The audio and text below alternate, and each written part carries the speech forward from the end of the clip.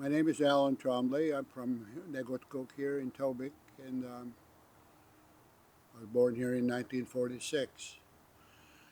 There's always been a shortage of jobs for our people here. Many of our men used to travel down to Connecticut and Massachusetts to work and then come home for Christmas and stuff like that.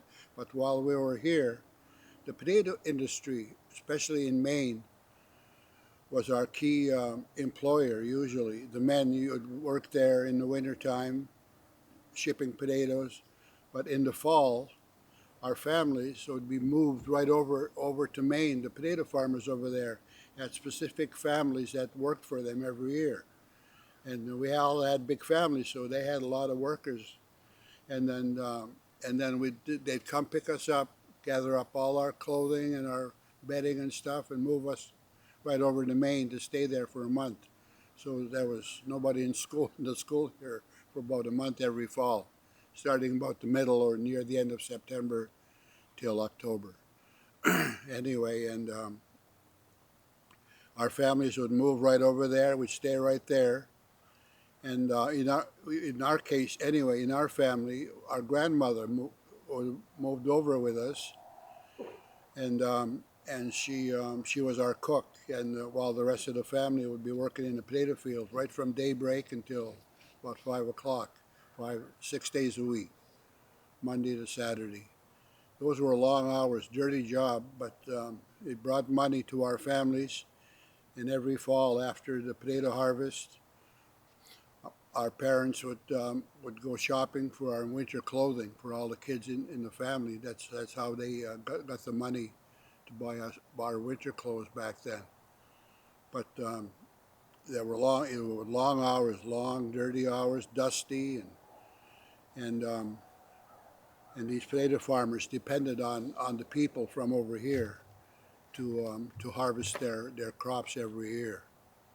Anyway, and so we'd work until Saturdays. We get paid on Saturday. Well, our parents got paid on Saturdays, and we each of us would get $5. That was a lot of money back then. And there was a theater over there in Maine where we stayed, and that's where what we usually did was go to the movies on Saturday or Sunday, just for a treat, something different. But and we'd stay right there. And then when the potato harvest was over, these potato farmers always gave us a bunch of barrels of potatoes to bring home with us, and these usually lasted us through the winter. And they move us back, and it was a big business over there. Our fathers worked over there, our uncles worked over there, and that's what we depended on for our survival. You could almost say.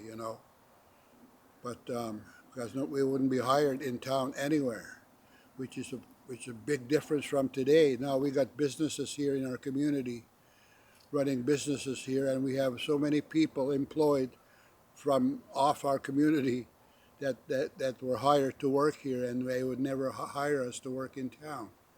But they're working here. A lot of people are working here now because this place has grown so much.